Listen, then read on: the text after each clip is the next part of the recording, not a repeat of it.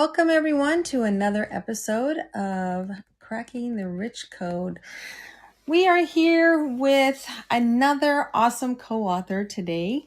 She's in book number 8. Let me tell you a little bit about her. If you are new to the show, to Cracking the Rich Code, if this is an entrepreneur book series created by Jim Britt and Kevin Harrington, and we bring amazing entrepreneurs from across the country to come together to give us their best in a chapter, to tell us what they do, give us some golden nuggets, and then help you connect with them, if you resonate with their message. So let me tell you about Nicole Weyer.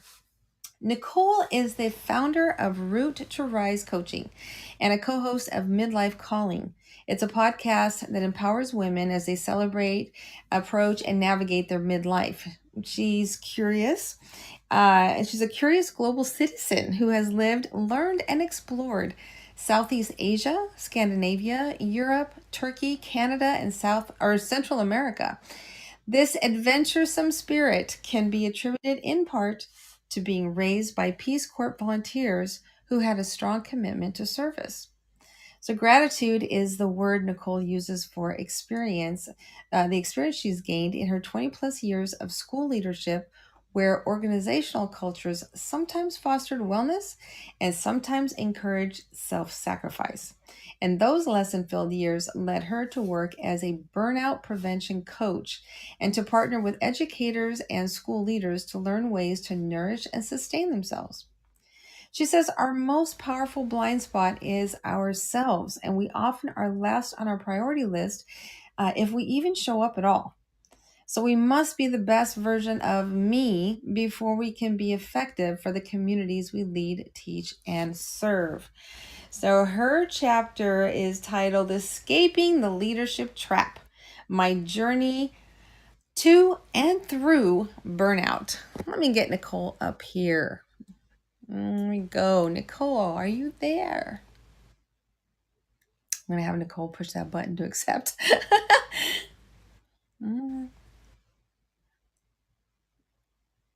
Nicole, did you get it? She was going, how do I do this? How do I do it? You should have got a notification, Nicole, somewhere right there, and you just push the button to accept. Just accept. So while she's figuring that out, let me just tell you a little bit about burnout. I mean, I'm sure we can all relate to burnout. It doesn't matter what we're doing. We don't have to be an entrepreneur. It doesn't matter if we're a corporate life or we are a housewife. We all get burnt out. And it's partly because we just, we give too much of ourselves. And we don't know how to say no, right? And then we just keep thinking, well, if I just do one more thing, it's crazy. So, anyways, this is what her passion is about. Stop trying to fit in and oh, there you are, Nicole. You figured it out. Yes. Welcome. She's here. Thank you so much, Marilee. There are times when technology is in our favor, and there are times when technology gets us all twisted around and tangled. So really excited to be here with you today. Good. Thank you. Yeah, anybody who's done anything with technology understands the process. And those who don't do anything with technology just think, well, just figure it out. You should have had this figured out before. Right? Yes. Yeah. Yep. Lessons learned, wisdom gained. You're like, oh, Yep. sure. This is simple. No mercy, but it doesn't matter. We're just going to have a great conversation. Just tell me about you, how you got on this path, a burnout. Oh my goodness. Well, it was a path that I walked myself, and when I was on it, I didn't really see it. And I think that was some of the things. I love hindsight because I can now look back and join so many dots, right? You're like, oh, there was an indicator. There was another one. Here was another one. And for me, I worked in schools and I loved it. I loved being an administrator. I loved mentoring teams, working with my students and my parents and all of my families and doing that work. And at the same time, there was always this pull to do more, work more, show up more. And when I started, I really followed the lead of my more experienced colleagues. I figured they've been at this for a long time. That's what leadership looks like. And so I did it until I realized, and I had these powerful moments of, holy cow, I am exhausted. And how do they do this? And does this make sense? So part of it came from just just diving in and being curious and new to leadership and wanting to learn So from wait people a minute. around me. Let's slow down and back up a little bit because some people don't know what those signs are. Like, what do you mean? Like, Yeah. yeah, what are we expected to do in leadership? Ooh. For me, when I worked in education, it was I was leading my team. I was mentoring and supporting them and guiding them and being their sounding board when things got difficult, helping them and celebrating them when things went really well. Mhm. Part of leadership for me was also like being a presence on campus. I worked a lot in boarding school, so I lived where I worked, and it was so easy to just want to be available all the time, So which you were on is call. noble, but not sustainable. Yeah, because you were on call. It sounds like you're on call 24/7. Whoever needed you, you were there. Yep. Mhm. Yep, pretty much. Yes. 15 out of my first 16 years in education, I was in a position where I was on call, where regardless of the time, regardless of the day when the phone rings, one answers. And it wasn't so much the late night phone calls. I mean, those were sometimes incredibly stressful, but it was this idea of, in order to be a good leader, you needed to always be available and present and the first one in and the last one out. And it was easy for me early in my leadership career to just absorb all of those messages and not necessarily question them and say, does this make sense? I started to ask those questions when I realized that I was getting really tired and I Yeah. didn't have the patience that I used to have. I was like, what is happening? And it was tricky because as leaders, we couldn't really talk about that. We could talk about the operational pieces of our jobs and the mission and all kinds of work related things, but we Hmm. couldn't really talk about the fact that we were tired and the fact that we were running all the time. It's funny that you say that because I was just scrolling on Facebook and somebody posted about leadership. Get this. They just Mm-hmm. said when leaders come to the table, they talk about money. When millionaires and billionaires talk to the table, they talk about money. He just kept going Yep. on. And then he just said, Yeah. poor people. Yeah, poor people talk about gossip. And I thought, this is the problem. This is the problem, right? Mm. Right? Ugh. Yes, you just hit the nail on the head. And I think that's the piece of how we define leadership, or how we have, has been very bottom line focused. Yeah. And don't get me wrong, super important, right? You need a solvent organization, you need those things. But how people are taking care of themselves or neglecting themselves or sacrificing themselves and how they show up impacts the money and the bottom line. And that piece, I think, sometimes is intentionally left out of the conversation. And sometimes we just don't even realize that it's supposed to be there. But what is the point of leadership if we can't understand how important we are to each other before making that sale? Mm-hmm. Yep. I think already where we're going in this conversation is contrary to an awful lot of, courses on leadership and books on leadership that many of us learned from. I think our definition We're going to turn is on its head, really Nicole. limiting. Yes, Yeah, yes. I'm sorry, I didn't mean to cut you off. no. But Mhm. it is true. It's like, oh, you're talking about all these things. Like, what? That's not what I learned about leadership. Like, that isn't really what I learned about leadership in grad school, right? It was really strategic planning and mission and vision and and profits and income, and again, important pieces. And yet we have to pay attention to the human component that's in all of us. We are, in fact, not machines. And Mm, it's easy to just set it aside, completely ignore it. I think that's one of the blessings for me and the blessings and the opportunities of this pandemic. mm, Because when we went into this world of everything that needed to or had been in person was, and suddenly everything shifted, mhm. I think a lot of leaders got profoundly and wildly uncomfortable. Like, holy cow, now what do I do? Like, how do I run a meeting? How do I do these things? And it has amplified some of the things that we need leaders to do. And I think now is their opportunity to rise to that occasion. Mhm. To go back to your point about, what you learned in school about leadership and about, all the mechanics of money and what it takes Mm-hmm. to force that bottom line and stuff. Do you think that that is part of the money system that we've been programmed to honor instead, 100%. instead of our relationships, right? Yep.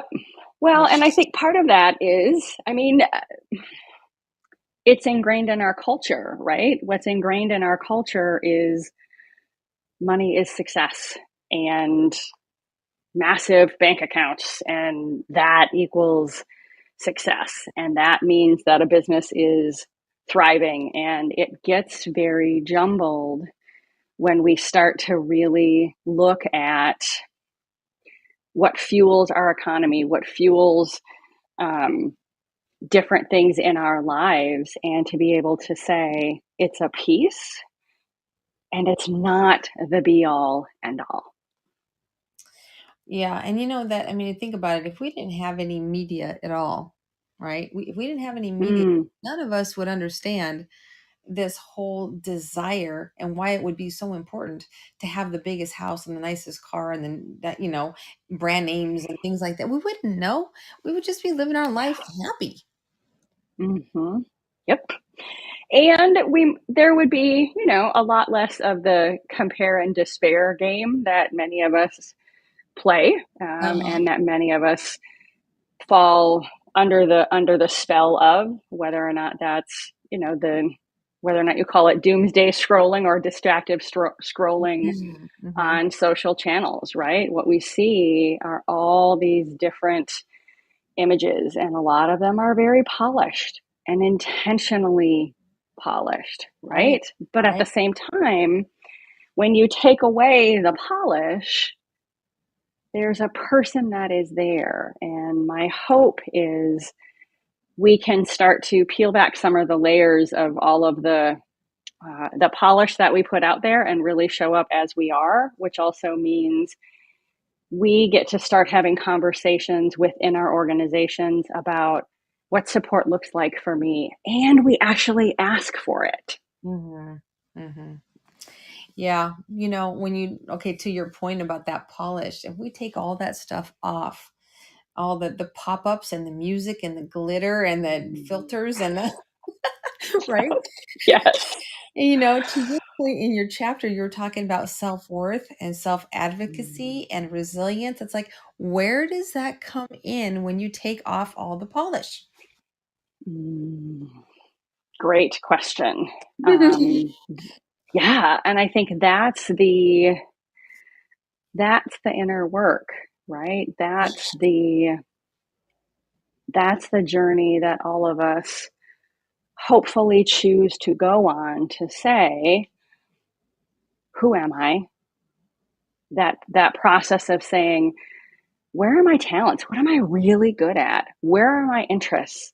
Okay, what are some things that I'm, okay? And where are the places where I need to grow?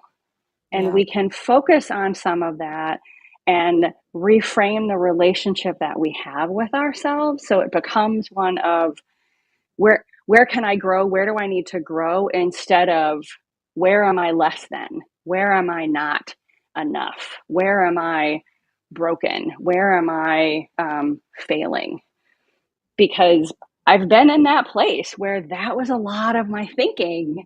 And it took time to untangle that and to decide to really change the story. Yeah. And when I did, so many things changed in my life. I mean, I just can't even tell you, So what did you so start many things questioning though? shifted. Yeah. What Hmm? did you start questioning about yourself? Oh my goodness. I think from a really early age, I had lots of questions. At different times, I felt absolutely invisible. And it was this interesting dynamic of like wanting to feel seen, and at the same time feeling seen meant also felt very vulnerable to me, like, oof, what if that means that someone is going to tell me I'm not good enough, I am not enough, I'm never going to get it right. So some of it comes from experiences like early in education. Some of it comes from, I was a dancer when I was younger, and that is kind of ripe and fraught with one must have a very specific body in order to do this. And mine wasn't that. So lots of messages from dance teachers and other people about why don't you fit into this box? And I internalized so much of that to mean that I was less than, that something about me wasn't right or wasn't enough, or other people were so much more worthy. And those beliefs, they don't just show up in one part of our lives. That becomes our frame of reference everywhere. And I think some of that put me in this position to be ripe for running myself into the ground early in my admin career, because I Mm-hmm. wanted to be enough. And it felt like if I could be enough at work, it would quiet some of the, but the rest of your life you aren't. Mm-hmm. So being enough equated to you had to keep doing. If you weren't doing, you weren't. Yes, Mm-hmm. absolutely. And it kind of feeds that interesting dynamic about like, what does success look like? What does leadership look like? It Mm-hmm. means that you're always on the go. It means that you are always producing. It means that to-do lists are complete, tasks are complete. And there's this whole idea that if we are in motion, then we are doing well. Mm-hmm. And what's so interesting is sometimes, most times, we're at our best when we change our pace and when we slow down. Mm-hmm. And that's so counter to a lot of the business culture and ideas around leadership, because it's about always on the move, full schedule, fully booked, getting things done. And sometimes it's about being instead of doing. Definitely being instead of doing. But then we circle back. It's like I can't be enough unless I do enough. And where does my self-worth come from? So you have to really, when Mm. you're talking about peeling away the layers, right? It's like, who am I if I don't know, I'm fit. What if I put on a bunch of weight? Where's my value? Yeah. Right? Yeah, if I lose my job, Mm-hmm. if I lose my bank account, who am I? Yeah. Those And questions. those are, yeah, those are the big, tricky and juicy questions, right? Yeah. And it, I think part of that process is how do we, um, some of those things are married to each other, right? If I look a certain way, if I am a certain weight, then I am successful and I am beautiful. If I work as many hours, then I am successful. If my bank account has reached this specific milestone, then I am successful, and that means that I am enough. And I think part of it is we have to unmarry those things. Yep, I'm talking about divorcing things today. Yeah, so, but we do. We have to separate what we do from who we are, because at the end of the day, Mhm. each of us is enough, is lovable, is worthy, and has a place here. Mhm. Yeah. It sounds to me like what you're saying is, we rely heavily on our success to be how others see us. Mm-hmm. Others, if they see that we have a big bank account, we're successful. If they see that Oh, sure. we're successful, if we're intelligent, we're successful. It's like, wait a minute, but if I don't have your opinion of me at all, who am I to Right. me? Hmm. What And is success? absolutely. And yes, what Mm-hmm. I will say is yes, yes, and yes. Yeah. Can we figure out who we are without the stuff, right? Yep. Am I a whole complete person regardless of if I take a absolutely fantastic extraordinary vacation, regardless of the size of my house or the car that I drive? Like, can I be whole and complete and compassionate and kind and intelligent without all the extra stuff? Right. The answer is yes. Mm-hmm. And it's that whole idea of there's so much information around us that tries to define it, that tries to define all those things for us. Mm-hmm. So how do we become discerning, right? How do we say, I'm going to choose to have this be part of my definition of success and kindness? Mm-hmm. And how do we take what's around us, take what we need from it, Mm-hmm.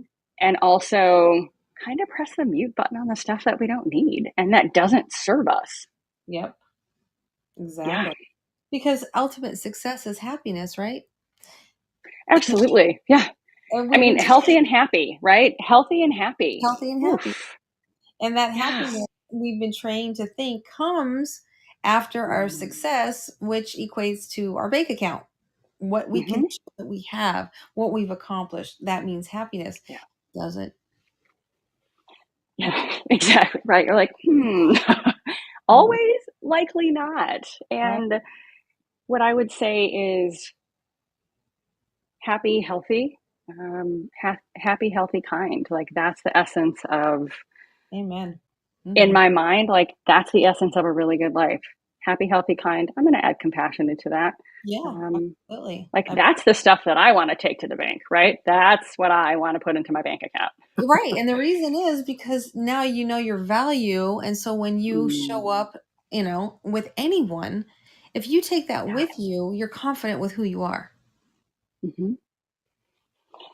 And what an incredible example that sets for everyone around you, right? For everyone who is in your space, whether or not it is hybrid or in person or, online, right? Yep. When that's the place where we come from, Yep. grateful, healthy, happy, kind, a place coming from a place of compassion, knowing who we are and saying, that's pretty amazing. I kind of like that person. Mhm. How do we have more patience? Do we build a team in a different way? Do we Mhm. find another way to achieve a goal? Right? Are we bringing people to us because they want to be part of it, right? And Yep. how does that also shape the culture of the organization that we're part of, whether or not we're leading it or not? Yeah. You know what? So in your chapter, you're talking about bouncing balls. I thought that was a good point. Let's talk about that for a minute, can we? Absolutely. Yes, I Tell me I about love that bouncing metaphor. balls.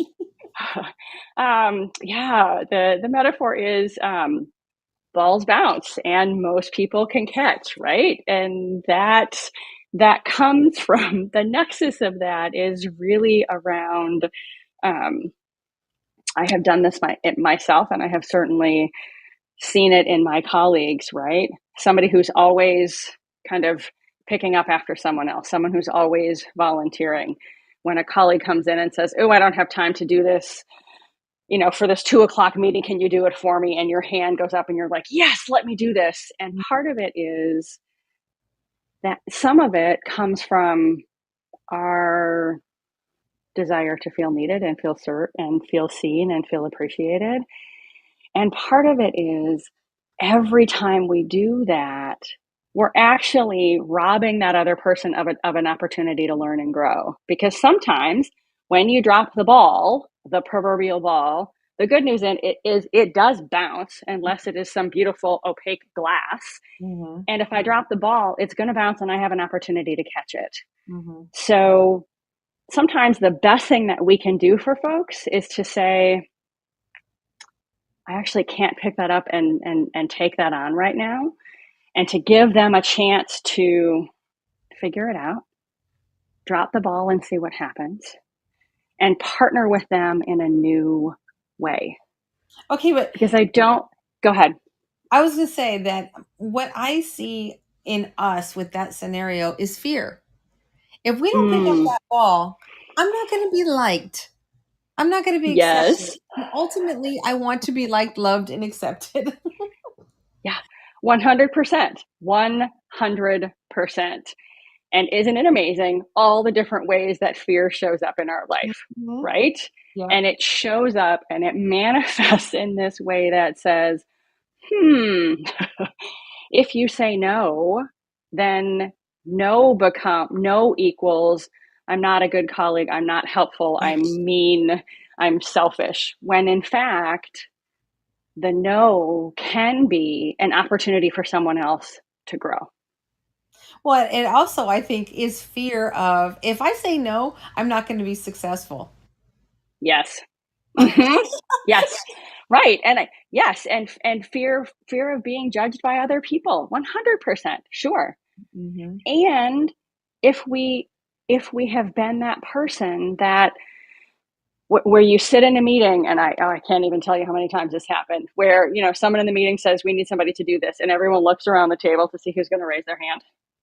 And then all the heads start to turn to the person who typically raises their hand Hmm. because you're kind of waiting, right? Because some people are like, nope, not me, not me. And you sort of look to the next person and everybody's looking around the table. And I have been that person where heads sort of turn to me like, but Nicole, this is what you do, right? You always pitch in, you always say yes, regardless of what's on your plate.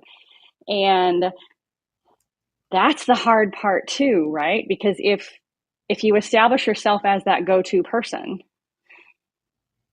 People will it's a know that tough you one to don't it's a tough one to, sacrifice. yeah, it's a tough thing to undo, and it's a tough thing to rewrite. Yeah. Yeah, When people because know you're like a doormat. 100%. Yeah. Mm. They step on And you. they know that you're going to pick it up, right? They know that you're going to do it. And we end up in this kind of contracted relationship of I'm going to take care of myself. Nicole's going to say yes. Mm. And, good for her, better her than me. And everybody else gets to stay comfortable. And then the more that, I or we take on, we get resentful, we get bitter, we get irritated. And at the same time, we've done it to ourselves, right? Yeah, that's When I finally realized that, I just sort of stood there and went, oh, wow, like you have been setting yourself up for this. right. You've been tired. You've been exhausted. Like the joy that you felt is starting to dim. And the moment where I was able to look at myself in the mirror and be like, well, you teed yourself up, it was humbling and powerful Mhm. and emotional. Um, and it brought to light all of these old thinking patterns and habits. And I found myself at this place to say, is this how you want to keep living? Like it is decision time, Nicole. What are you going to do? Mhm. It's a big moment. Mhm. So how did you feel when you started saying no? Initially, guilty as all get out. Mhm. Oh, initially, like sitting in meetings and kind of wringing your hands, like, oh, please don't let everybody look at me and want me to do it. And Yeah. then I say no, and watching some of the expressions on people's faces, kind of Mhm. this double take of like, really? What? You're like, yeah, nope. Actually, I have a full plate right now. I'm working on this project or I'm doing this. And, this week, I don't know that there's space for that. And that some of, I felt guilty until I realized that the guilt just fed some of the old habits. And when I started to have some of those one on one conversations with colleagues to say, here's why I'm saying no. Like, I'm saying no because I want this to be the work that I do. and I'm not feeling good about it, and I want to feel good about it again. Mm-hmm. And they went, oh, really? And I was like, yeah. And for some colleagues, they just could not wrap their head around it. They were like, nope, this is what we do. Like, this is, and it was sort of like I was breaking the contract that I had established. And the good news is we can always renegotiate a contract. Amen. That's right. And people are going to feel uncomfortable when you start setting your own boundaries. Oh, yes. Absolutely. And I think sometimes the more uncomfortable people are, it's confirmation of how necessary it is to set the boundary. Right. Absolutely. Because it just shows how much they're willing to take without Yeah, considering, yeah, where you're at. Sure. Oh, that's absolutely. why it's so important to love ourselves first. And to give ourselves time and space to nurture the relationship that we have with ourselves, right?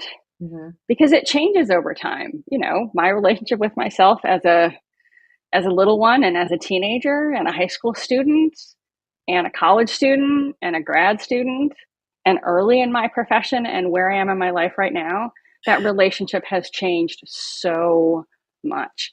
Sure, But but it and it's a just relationship that I'm committed to nurturing. That's the piece. right. It's not a one and done thing. It's not like, oh, tick the box, it's done. Uh-huh. Nope.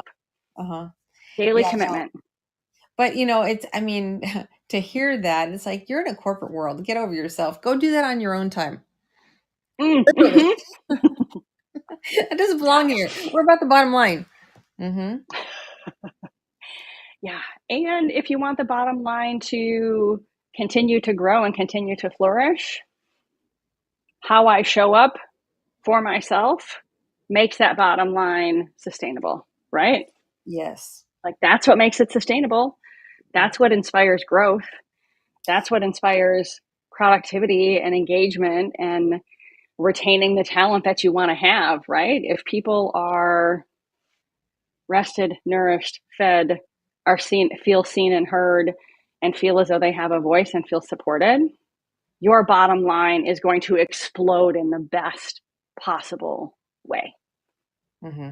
I think the corporate world definitely has to change because, especially going through this whole, few years, people get to sit back and reevaluate their life and, the time that they spend, their free time and getting to know who they are and what their values are. And it's like more and more people are moving to being an entrepreneur because you don't want to be a slave to the system. You don't want to be under somebody else's thumb. You don't want to, you know, ditch your moral compass because they want and expect you to do certain things. Yeah. Most people aren't comfortable with that. And it's just like, no, I don't want to work here anymore. I hate it. I hate it. So the companies have to change or else they're going to die. We are at a really fascinating time in terms of defining work and connection and business and commerce, I think. And again, so many horrible and just heart wrenching things have happened due to COVID. And at the same time, one of the things that gives me hope is this is going to sound a little contrary, but what gives me hope is the great resignation because so many people had an opportunity to maybe not have a 2 or 3 hour commute every day because they may have been working from home. They Sure. had time and space to really reflect on what was important to them, Yeah. what their purpose was, how they had been functioning, how they had been living. And for so many people in so many different business forums to say, I am not going to do this anymore because of the leadership, because of what I am paid, because I'm realizing that I might be good at it, but I am not happy. I Right. think there's liberation in the great resignation because it is an indicator that people are tuning into what lights them up, what they will tolerate. We're getting more clear about what our boundaries are, right? And what our priorities are. Do I want to continue a 3 hour commute every day in addition to a full work day? And that comes at a cost of time with friends, time with family, time to serve my community, time to just be myself. Right. So we've had this, and we're still in it, this really tremendous awakening through a pandemic. I mean, who knew that was going to happen? Um, and definitely people are walking away from established businesses and starting their own. Mm-hmm. And I absolutely believe that part of that is, and it was a big reason for me to step out of education and into entrepreneurship. I wanted to be responsible for the culture of the business that I was running. I wanted to be responsible for what it looked like, how it was marketed, what it felt like, Mm-hmm. because I had been in a position where I knew that I had responsibility for the culture, but I was still kind of handcuffed and couldn't really help shape it the way that I wanted to. Mm-hmm. So part of it is you just had to go out and create it, right? You're like, okay, That's right. fantastic. I know what works. I know the things that did not work for me. So if I want to create something, I get to lead with the things that are really important to me. So we've seen just an explosion of small businesses and entrepreneurship. And I think it's a really exciting time. Yeah, I think so too. So, as a burnout coach, like, what do people complain about? Mm. I would say, oh, it's another really good question. On the one hand, it depends on the client and the organization. And on the other hand, um, what I hear most from my clients is feeling like not only their work life, but life has really lost the brightness and the joy, and that light has been dimmed. Um, Feeling invisible, feeling unsupported, um, feeling as though, regardless of what they invest, that it never is enough. Specifically with educators, since the arrival of COVID, such a consistent feeling of failing their students and not being able to really serve their students the way that they had wanted to. When they went from in person to virtual overnight, and how do you Right. teach some of these different classes, and what do you do, and that whole, educators get into the profession because they want to serve and they want to partner and help their students grow, and just feeling like absolute failures in what they were doing. So some of it is, and then I guess the other layer is just exhausted, not a lot of patience, physically, mentally, and emotionally exhausted, and struggling to get through the days, struggling to be focused and clear, and Sounds like they've seeing a lost. decline in the quality of their work. Yeah, Mm-hmm. Like, what is the purpose of all of it? absolutely. Right. Yeah. What's the And there, yeah, stretch? Mm-hmm. Why am I getting up it's early every day to get on a computer and teach students who don't want to learn, who don't show up? right. I don't even care anymore. It's just like, what is the purpose of all of this? And you really start to question, the importance of it all. Mm-hmm.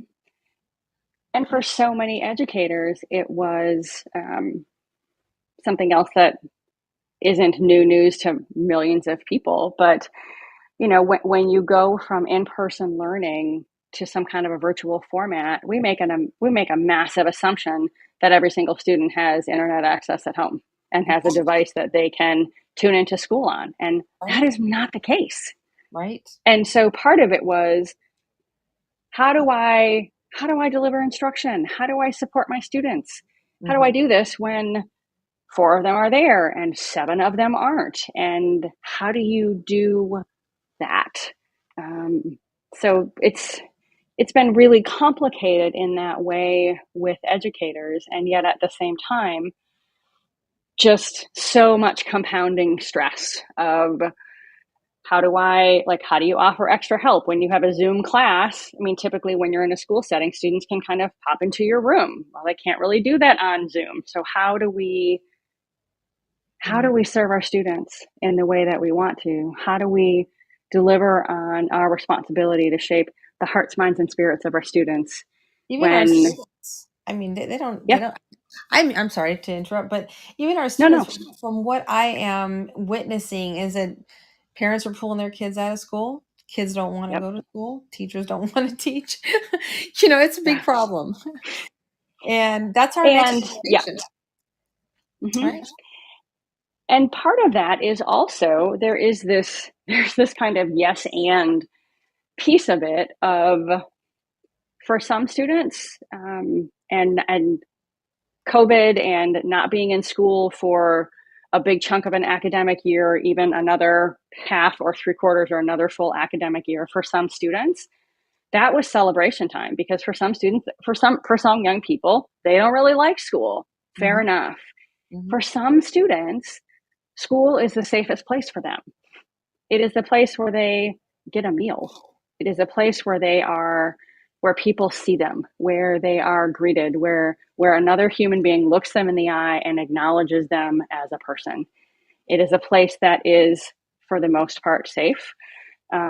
It is a place where they can step away from stress that exists in their house or in their neighborhood or in the community that they live. So it's Okay, this again, there's these tangled webs it is because even from that of description, if you take mhm, that description that you gave, and that can so easily lead to burnout because you're so 100%. programmed to receive the routine that by the time you go through the school system and now you're Mhm. into the corporate world where you're supposed to be, again, this is what you're supposed to do. There's no me in it. Yeah. Yep. Yeah, that's tough. 100%. Mm-hmm. So what do we do? And for the educators and for everyone else in the different ways that they are touching education. I was at a conference this last month in Chicago talking with a lot of people who work in admissions for independent schools, and across the board what they are seeing is that their teams and faculty and staff were more exhausted in this most recent academic year than in the one previous. Mm-hmm. And part of it is all of the stress and the trauma of being in a pandemic and all of the overwhelm of functioning with so much uncertainty, it just compounds. And yes, this past academic year, most places were in person or in hybrid almost the entire year, which on the one hand is much more consistent.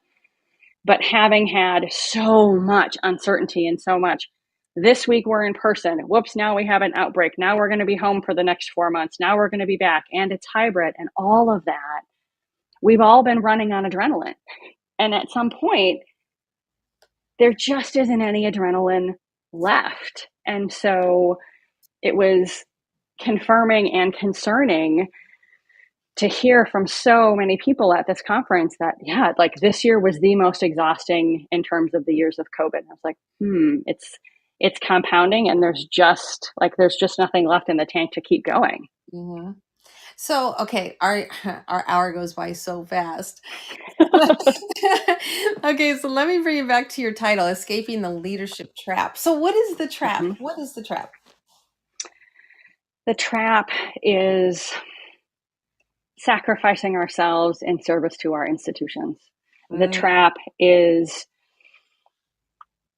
neglecting what we need. The trap is ignoring those messages from mind, body, and spirit that say, please pay attention, that say, I don't feel well physically.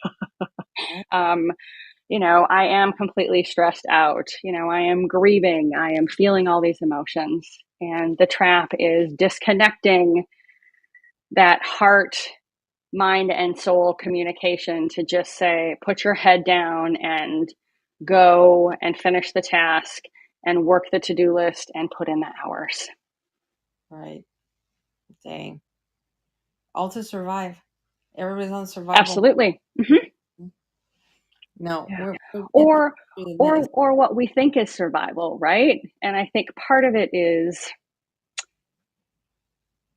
it's about being courageous enough Yeah. to embrace our own humanity. It's about being courageous enough to say, I really don't feel well today, so I'm not gonna work today, regardless of what's happening. Like I am ill, and I'm going to be home sick. Right. It's being courageous enough to take time off and to unplug, which means that we also have to be courageous enough to trust our team to carry things forward while we're away. But you know what? The reason why it's so courageous is because we know damn well we're replaceable. So if we don't show up and we take a Mm. day off, they're going to be like, no, you can't take a day off. And if you don't show up to do the work, then you're out. And so that's where the courage comes in because you know you're going to lose your job, Mm-hmm. right? What Well, worry? Yeah. and some of it is that our own fear talking, or is that real? And if we have established ourselves within our organizations as someone who does good work, as someone who is dependable, as someone who is honest, as someone who puts in their time and is focused, then Yes. the other half of the equation is inspiring leaders and inspiring organizations to meet us halfway, to say, you know what? Yeah, take that sick day. Yep. You know what? You've got a health issue going on. Don't wait 6 months to figure it out. Take care of it. Mhm. Because some of it is we have to be brave enough to ask. And sometimes that's the place where we get stuck, right? It's like, oh, but someone's going to think less of me if I take a day off, so I don't. Well, do we know that, or is that our inner dialogue? Like, is that just this inner conversation that Nicole has that says, this is what's going to happen, or is it real? And we don't know unless we test it out. You're absolutely right. I hear you on that. You know, it's like at the end of the day, we got to have the courage to pull out of the matrix and see what consequence it brings. And if we can survive it, Yeah. we can. And most of us, nine Mm, times out of 10, there might not even be anything to survive. mm, And that's the piece that's also so interesting and so compelling, because sometimes the stories that we're telling are the ones that keep us in this state of burned out and exhausted and frazzled and running around and unfocused and overwhelmed, because sometimes that's the stress. story that we need, right? And Yeah. that story isn't always true. Hmm. Overthinking it. Yep. I do that at times. Do you? Well, yeah, you have to just, be in the moment and go, wait a minute, what's going on right Yeah. now? Yeah, I get it. Yep. I get it. And then Yep. it's amazing what happens when you take your life back, take your time back. You remember what your values are. Stop living for others. Mm-hmm. And yeah, when we live for our own values, when we really get to know what they are, it ends up being um, of service to everyone else. And the added bonus is that we start to bring the best version of ourselves to everyone else, Hmm. right? When we know who we are, when who we are is in alignment with what we do and how we function and the choices that we make, the highest and best version of ourselves is the one that shows up for everybody else. Right.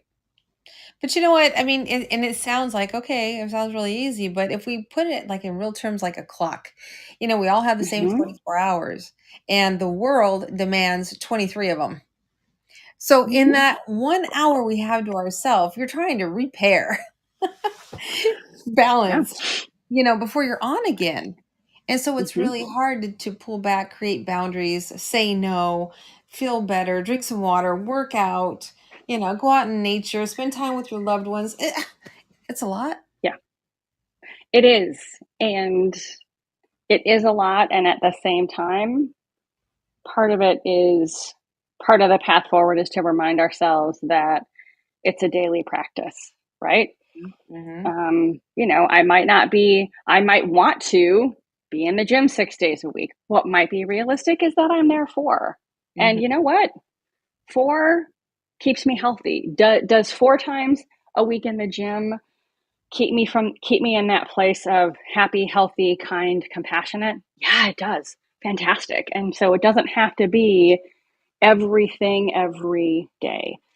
the other piece is we get to start fresh every single day. We get to decide what we carry forward in terms of yesterday was a disaster. How much of that do we carry forward into today, which can be this massive thundercloud that, surfaces and circles around us all day. So part of it is tuning in and noticing and listening to what we need, because sometimes what we really need in the middle of the day or at different times is to just put the screen down, put the phone down, step and walk away and give ourselves 10 minutes. Mm-hmm. And if we give ourselves that 10 minutes, everything else that comes after is better than True. if we decided to just put our head down and push through. So True. daily practice.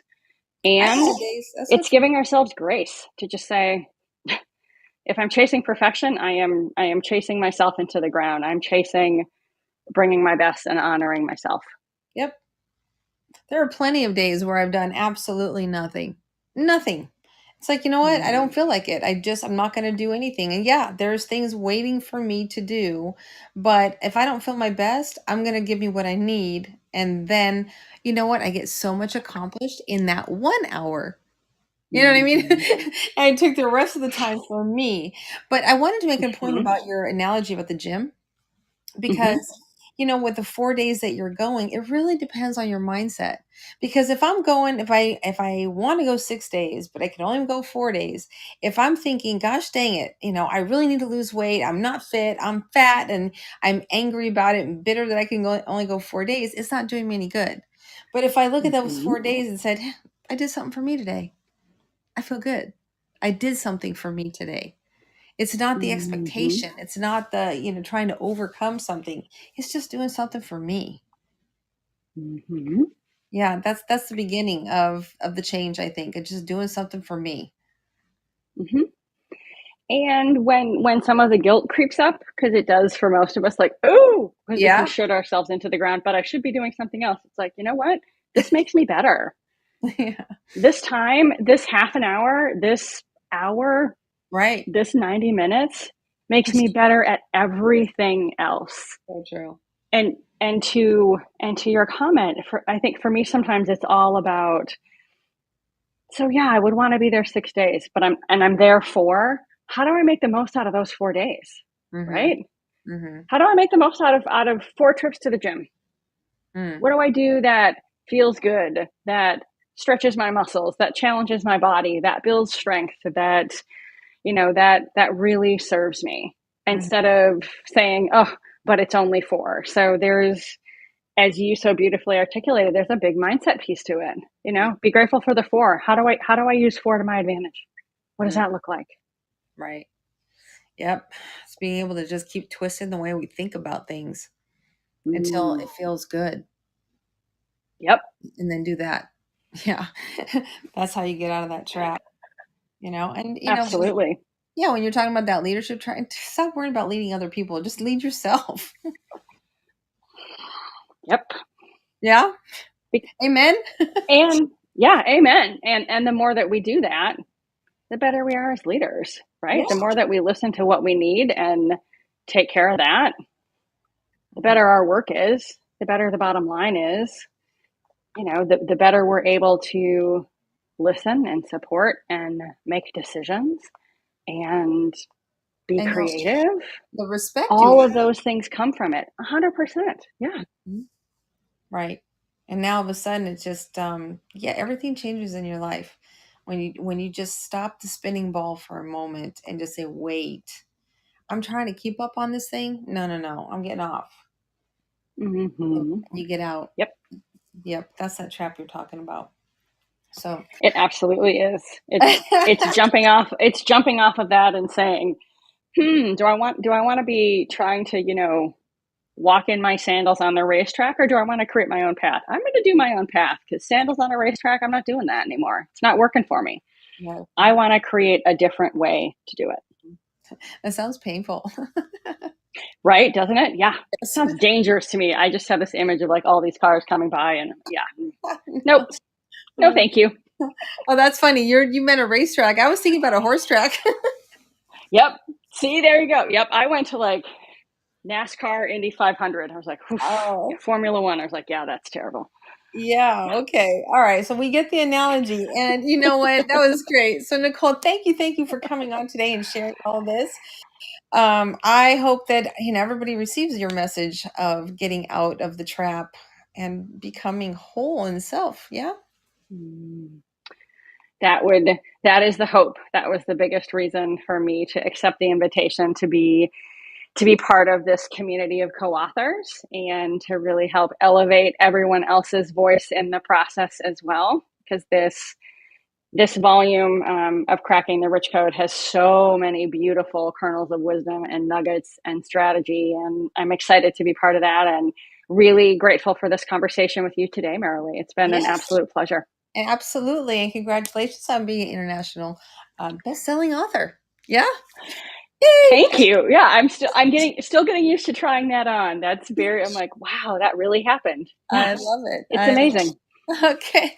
Well, that's great. So Nicole, where can we find you? You can find me. You can find me on Facebook. You can find me on LinkedIn. You can find me on Twitter. You can also find the podcast that I started with a fellow coach. It's called Midlife Calling, and that is on Anchor and Spotify, Apple, Google, and Amazon. Very good. Very good. We can hear more from you. Excellent. All right, my dear. Have a Absolutely. beautiful day, and I will see you on in the community, on our Rich Code community.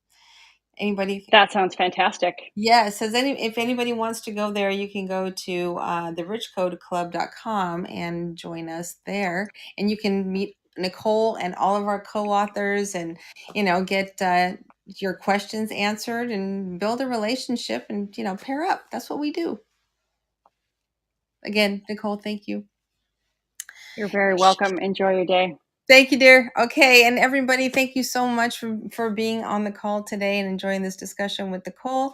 And I will see you again next time on another episode of Cracking the Rich Code. Have a good day. Bye bye.